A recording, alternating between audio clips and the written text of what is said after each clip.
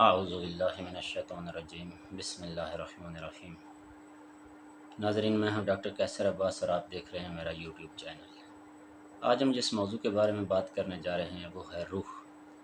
انسان مجموعہ ہے جسم اور روح کا، کہ جس کی مثال یہ ہے کہ جب یہ روح اس جسم سے جدا ہو جاتی ہے تو جسم بیکار ہو جاتا ہے، ڈیڈ ہو جاتا ہے۔ لہٰذا یہ دونوں ایک دوسرے کو مل کر مکمل کرتے ہیں۔ تو آئیں دیکھتے ہیں کہ روح انسانی معاشرے کی تعمیر اور ترقی میں اور ایک الہی خدائی معاشرہ تعمیر کرنے میں کس قدر ممد و معاون و مددگار ثابت ہو سکتی ہے، اور قرآن مجید میں روح کے بارے میں کیا فرمایا گیا ہے، اور یہ کہ جو ہے روح کی مدد سے ہم کس طرح سے اپنے معاشرے کو ایک الہی اور ایک خدائی معاشرہ بنا سکتے ہیں۔ روح در حقیقت اس کے کئی مقامات پہ قرآن مجید میں اس کا ذکر آیا ہے، کہ ایک جگہ پہ سورہ مبارکہ ہجر میں اللہ سبحانہ و تعالیٰ جب خلقت آدم کی بات کرتے ہیں اور فرماتے ہیں کہ جب وہ وقت یاد کرو کہ جب تمہارے رب نے فرشتوں سے کہا کہ میں سڑے ہوئے گارے سے تیار شدہ خشک مٹی سے ایک بشر پیدا کر رہا ہوں، تو پھر فرمایا فَإِذَا سَوَّيْتُهُ وَنَفَخْتُ فِيهِ مِن رُوحِي فَقَعُوا لَهُ ساجدین۔ پھر جب میں اس کی تخلیق مکمل کر لوں اور اس میں اپنی روح میں سے پھونک دوں تو تم سب اس کے آگے سجدہ ریز ہو جاؤ۔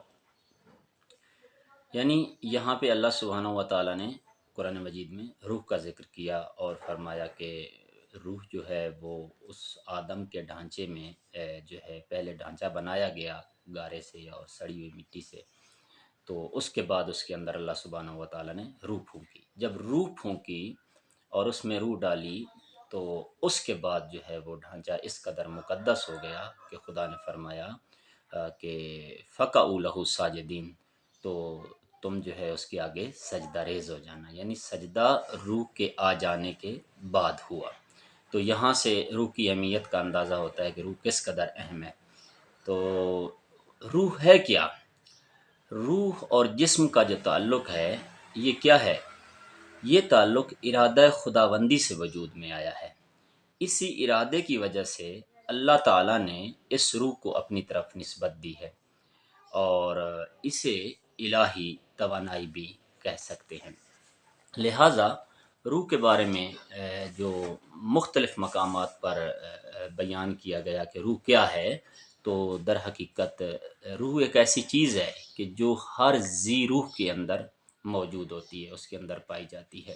گویا یہ ایک ملکوتی چیز ہے، یہ قدرت خدا ہے، یہ امر ربی ہے۔ اور رسول گرامی اسلام فرماتے ہیں کہ روحیں مختلف خدا کے لشکر ہیں، اور جو روحیں ایک دوسرے سے آشنا ہوتی ہیں جب وہ آپس میں ایک دوسرے سے ملتی ہیں یا دیکھتی ہیں تو فوراً ایک دوسرے سے جڑ جاتی ہیں، متفق ہو جاتی ہیں، دوست بن جاتی ہیں۔ تو لہٰذا روح جو ہے یہ ذات خدا کا امر ہے اور قدرت ہے، اور ذات خدا کی ملکوت کی جانب سے جو ہے یہ روح ہے۔ روح در حقیقت جسم کی مانند ہے۔ انسانی جسم کو جس طرح اپنی پرورش کے لیے اور اپنی ترقی کے لیے، اپنے کمال تک پہنچنے کے لیے جو ہے، گروتھ کے لیے، گرومنگ کے لیے انسانی جسم کو جس طرح مختلف چیزوں کی ضرورت ہوتی ہے، مثلا غذا ہے، مثلا پانی ہے، اور دیگر جو اشیاء زندگی ہیں، اسی طرح روح کو بھی ضرورت ہوتی ہے۔ جس طرح جسم کو زندہ رکھنے کے لیے غذا کی ضرورت ہے، اسی طرح روح کو زندہ رکھنے کے لیے بھی غذا کی ضرورت ہے۔ اور روح بھی اگر اس کو غذا نہیں ملتی ہے تو لوگوں کی روح جو ہے وہ جو ہے وہ ظاہراً موجود ہوتی ہے لیکن وہ مر جاتی ہے، وہ پھر کام نہیں کرتی، وہ جس طرح یعنی اس کو انسانی باڈی میں اپنا رول پلے کرنا ہوتا ہے اس طرح سے وہ روح رول نہیں پلے کر رہی ہوتی۔ لہٰذا روح کے بارے میں یہ ہے کہ رسول خدا فرماتے ہیں کہ جسم دارائے شش حالت است، کہ جسم کی جو ہیں وہ 6 حالتیں ہیں، اسی طرح روح کی بھی فرماتے ہیں کہ 6 حالتیں ہیں، جو جسم کی 6 حالتیں ہیں وہ کون سی ہیں؟ فرماتے ہیں سلامت و بیماری۔ جسم کی پہلی حالت یہ ہے کہ جسم یا تو سالم ہوتا ہے، صحیح و سالم ہوتا ہے، یا پھر بیمار ہوتا ہے۔ مرگ و زندگی، دوسری جو جسم کی حالت ہے وہ یہ ہے کہ یا جسم مردہ ہوتا ہے یا جسم زندہ ہوتا ہے۔ اور اس سے آگے فرماتے ہیں خواب و بیداری، تو یا جسم سویا ہوا ہوتا ہے یا جسم بیدار ہوتا ہے۔ 6 حالتیں ہو گئی۔ پہلی یہ کہ تندرست ہونا یا بیمار ہونا، دوسری یہ کہ زندہ ہونا یا مردہ ہونا، اور آگے چل کے فرمایا بیدار ہونا یا سویا ہوا ہونا۔ یہ جو 6 حالتیں ہیں جسم کی، اسی طرح سے روح کی بھی 6 حالتیں ہیں۔ فرماتے ہیں کہ روح ہم ہمین طور است، کہ روح کی بھی یہی حالتیں ہیں کہ روح یا تو زندہ ہوتا ہے یا مردہ ہوتا ہے۔ روح کی زندگی کیا ہے؟ زندگی آن علم و مرگ آن نادانی است، کہ روح کی جو زندگی ہے وہ علم ہے اور روح کی جو موت ہے وہ جہالت ہے۔ لہٰذا اگر ہم اپنی روح کو زندہ رکھنا چاہتے ہیں، اگر ہم اپنی روح کو جو ہے وہ صحیح و سالم رکھنا چاہتے ہیں، تندرست رکھنا چاہتے ہیں، تو ضروری ہے کہ اس کو علم کی روشنی سے منور کیا جائے، علم کے زیور سے مزین کیا جائے، اور جس طرح ممکن ہو زیادہ سے زیادہ اس کو علم سے سیراب کیا جائے، تاکہ جو ہے یہ زندہ رہ سکے۔ ورنہ کیا ہوتا ہے، جب علم روح کو نہیں ملتا تو یہ مر جاتی ہے۔ روح کی بیماری کیا ہے اور روح کی سلامتی کیا ہے؟ روح کی بیماری یہ ہے کہ روح جب بیمار ہوتی ہے تو یہ شک و تردید میں مبتلا ہو جاتی ہے، ہر کام میں شک کرنے لگ جاتی ہے، پتہ نہیں یہ کام ٹھیک ہے، غلط ہے، صحیح ہے، درست ہے، نہ درست ہے، پتہ نہیں کروں نہ کروں۔ یعنی جب انسان شک و تردید میں مبتلا ہو جاتا ہے تو وہ سمجھ لے کہ اس کی روح بیمار ہو گئی ہے۔ اور روح کی سلامتی کیا ہے؟ روح کی سلامتی یقین ہے، کہ انسان جب ہر کام کو یقین کی بنیاد پہ کرتا ہے۔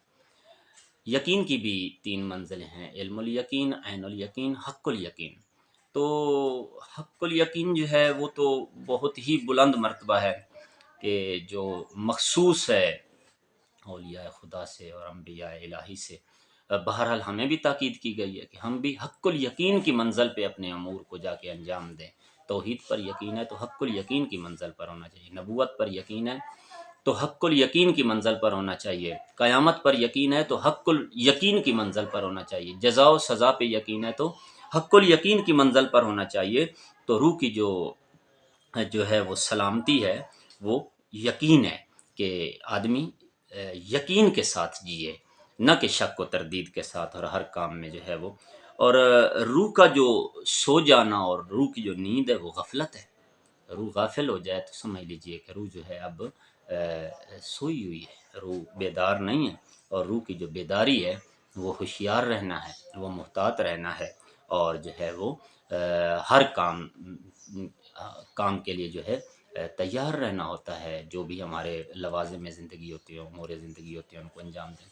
لہٰذا جب روح آپ کی بیدار ہوتی ہے تو آپ کسی کے دھوکے میں نہیں آتے، کسی کے جو ہے وہ جو آج کل ہمارے معاشرے میں مختلف قسم کے دھوکے دیے جاتے ہیں ان میں آپ نہیں آتے۔ بس روح کیا ہے؟ روح کی بھی اسی طرح 6 حالتیں ہیں۔ ابو بصیر نے امام جعفر صادق علیہ السلام سے، جو کہ ان کے صحابی تھے اور ان کے شاگرد تھے، انہوں نے مولا سے پوچھا کہ اے مولا، یہ جو قرآن مجید میں لکھا ہوا ہے یسألونک عن الروح قل الروح من امر ربی، کہ یہ ہم سے روح کے بارے میں، آپ سے روح کے بارے میں سوال کرتے ہیں، تو آپ کہہ دیجئے کہ روح اللہ کا امر ہے۔ تو آپ فرمائیں کہ جو ہے روح کیا ہے؟ تو آپ نے فرمایا، امام صادق علیہ السلام نے فرمایا کہ ابو بصیر، روح آن چیزی است کے در جنبندگان و مردم وجود دارد۔ روح وہ چیز ہے کہ جو کائنات کی ہر زندہ چیز کے اندر موجود ہوتی ہے۔ گفتم آن چی چیزی است، تو ابو بصیر کہتے ہیں میں نے کہا آقا وہ ہے کیا؟ تو فرمود چیزی از ملکوت و از قدرت خداوند است، تو فرمایا کہ یہ جو روح ہے یہ ملکوت سے ایک چیز ہے اور یہ خدا کی قدرت ہے۔ پھر ابو بصیر نے سوال کیا کہ آقا آپ مجھے یہ بتائیں کہ جب ہم عالم خواب میں ہوتے ہیں، نیند میں ہوتے ہیں، تو ہماری روح جو ہے وہ ہم مثلا اپنی جگہ سے سوئے ہوئے تو بستر پہ ہوتے ہیں، لیکن اپنے بستر سے کئی سینکڑوں میل ہزاروں میل دور چلے گئے ہوتے ہیں، وہاں پہ ہم مختلف مناظر دیکھ رہے ہوتے ہیں اور ان میں اپنے آپ کو ہم نے انوالو کیا ہوتا ہے، تو وہاں پہ ہماری روح جو ہے وہ کیا جسم سے نکل جاتی ہے؟ امام نے فرمایا نہیں، روح کی مثال سورج کی روشنی کی مثال ہے کہ جس کا مرکز آسمان میں موجود ہے اور وہ وہاں پہ ثابت ہے، جبکہ اس کا سایہ جو ہے وہ زمین پہ پڑتا ہے، تو اس کی کرنیں جو ہیں وہ زمین پہ پڑتی ہیں۔ روح اگر جسم سے نکل جائے پھر تو جسم مر جاتا ہے، جسم یعنی پھر تو باڈی ڈیڈ ہو جاتی ہے، روح اپنی جگہ پہ سالم رہتی ہے، اپنی جگہ پہ، بس اس کی جو وہ جیسے سورج کی روشنی جو ہے وہ دور دور تک پھیل جاتی ہے، تو اس طرح سے یہ بھی دور تک چلی جاتی ہے، اور پھر جب بیدار ہو جاتا ہے انسان تو پھر وہ جو بہر عالم خواب میں بہر تھا یا وہ فوراً واپس آ جاتا ہے۔ فرماتے ہیں کہ روح مومنین کی جو روحیں ہیں ان کی مثال ایسے ہے کہ جیسے بارش کا پانی نہر کے پانی سے آ کے متصل ہو جاتا ہے، اسی طرح مومنین جب آپس میں ملاقات کرتے ہیں تو ان کی روحیں ایک دوسرے سے اسی طرح سے متصل ہو جاتی ہیں اور جڑ جاتی ہیں، جبکہ اس کے برعکس جو بدکار لوگ ہیں اور برے لوگ ہیں ان کی روحیں ان بے حس حیوانوں کی طرح ہوتی ہیں کہ جو بے شک ایک چراگاہ میں کٹھے چر رہے ہیں، کٹھے جو ہے وہ اپنا پیٹ بھر رہے ہیں اور ایک مدت تک کٹھے رہے ہیں، لیکن ان کے اندر جو ہوتا ہے وہ ان کے اندر وہ کسی طرح کا کوئی ایک دوسرے کے بارے میں احساسات یا ایک دوسرے کا احترام یا ایک دوسرے کا درد ان کے اندر موجود نہیں ہوتا۔ بس اس طرح سے روح انسان کی جو ہے اس کو بھی اسی طرح تربیت کی ضرورت ہے جیسے جسم کو تربیت کی ضرورت ہوتی ہے، اور اگر انسان کی روح تربیت یافتہ ہو جائے تو وہاں پہ وہ پھر علم بھی حاصل کرتی ہے، عالم بھی ہوتی ہے، وہاں پہ وہ بیدار بھی ہوتی ہے، وہاں پہ وہ صحت مند بھی ہوتی ہے، جہالت سے بھی دور ہوتی ہے، اور پھر جو ہے وہ ایک ایسا معاشرے کے اندر کردار ادا کرتی ہے کہ جس سے ہمارا معاشرہ مثبت انداز میں تعمیر ہوتا ہے، اور جس سے معاشرے میں جو ہے خیر بانٹی جاتی ہے، اور جو ہے جس سے شر کا جو ہے وہ خاتمہ ہوتا ہے معاشرے کے اندر۔